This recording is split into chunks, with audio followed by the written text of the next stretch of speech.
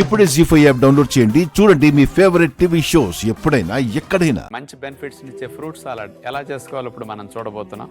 కావలసిన పదార్థాలు: పైనాపిల్ ముక్కలు 1 కప్పు, ఆపిల్ ముక్కలు 1 కప్పు, దానిమ్మ గింజలు 1 కప్పు, బాదం పప్పులు 1/2 కప్పు, పండు ఖర్జూరం ముక్కలు 2 టేబుల్ స్పూన్లు. ఎక్కువ వాడము.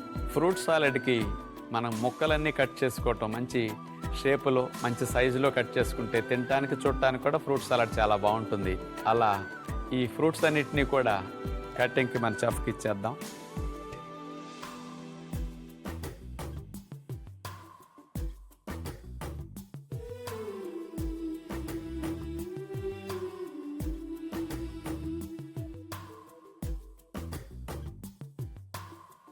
ఇప్పుడు ఇందులో టేస్ట్కి మంచి బలానికి కూడా బాదం పప్పులు నానపెట్టకుండానే ఎండు బాదం పప్పులు తీసుకున్నాం.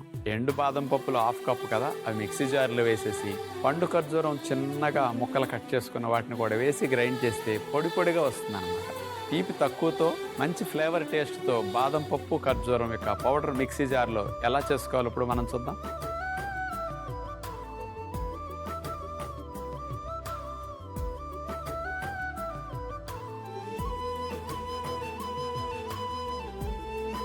అంటే తక్కువ పండు ఖర్జూరం ముక్కలేసి బాదం పప్పులు ఎండుగా వేసాం కాబట్టి డ్రై వెరైటీవి పౌడర్గా వచ్చేసింది. చూస్తున్నారుగా మీరు ఇప్పుడు.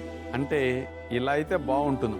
మనం తీసుకున్న 3 రకాల ఫ్రూట్స్ని బాదం పప్పు పౌడర్ని ఇందులో ఒకసారి మిక్స్ చేసుకుందాం. ఆపిల్ ముక్కలు, అలాగే పైనాపిల్ ముక్కలు, దానిమ్మ గింజలు. ముందుగా ఈ 3 రకాల ఫ్రూట్స్ని మనం కలిపేసుకోవాలి.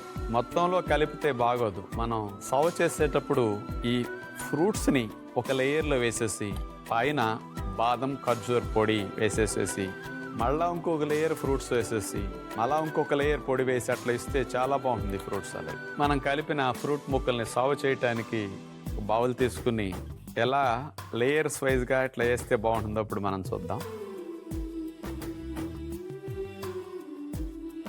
1 స్పూన్ ఖర్జూరం మరియు బాదం పప్పు పౌడర్, ఈ 2 అట్లా లేయర్ లాగా వేయాలన్నమాట. ఇక్కడ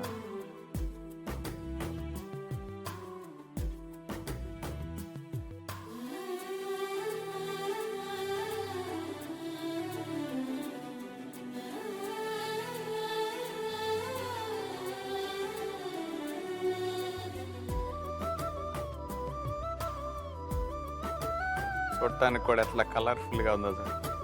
ఫెస్టివల్స్ అప్పుడు శివరాత్రి స్పెషల్గా మనం చేసుకున్న ఆరోగ్యాన్ని ఇచ్చే ఫ్రూట్ సాలడ్. అంటే రోజు వట్టిగా ఫ్రూట్స్ తిన్నప్పుడు చాలామందికి బోర్ కొడుతూ ఉంటుంది. అప్పుడప్పుడు పిల్లలకు కానీ మనం కానీ ఇలా స్పెషల్గా ఫ్రూట్ సాలడ్ చేసుకుంటే చాలా బాగుంటుంది.